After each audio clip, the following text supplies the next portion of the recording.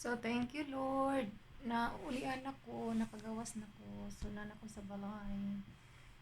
So, salamat sa mga prayer. Thank you so much. So, yung liig ko, parang okay naman. Ano po siya yung thyroid goiter? Thyroid goiter. So, yung symptoms, sobrang layo kasi dehydrate saka vomiting. So, sobrang layo. So, yan. Mag-sleep muna tayo. Relax for a while. Daming trabaho later. Naghihintay work. Kailangan natin maging strong. Laban lang sa ganon. So, yeah. Thank you sa tanan. So, nakagawas ra jud. So, mga financial support, thank you very much.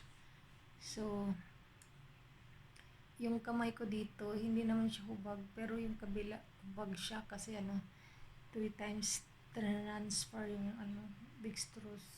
So, sobrang hapdi. At saka, pa siya, masakit. Ano pa siya, hubag. Hubag siya, hubag. So, thank you. So, kailangan natin magpagaling, daming work, daming naghihintay na trabaho, sobrang dami. So, yun. Yung weather ngayon, maganda. Ano siya, sunny weather. So, it's good. No raining. Hopefully, no rain.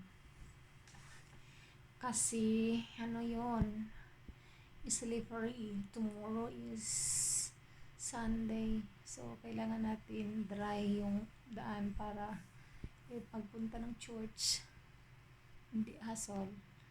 Yun. Thank you everyone and God bless. Bye-bye.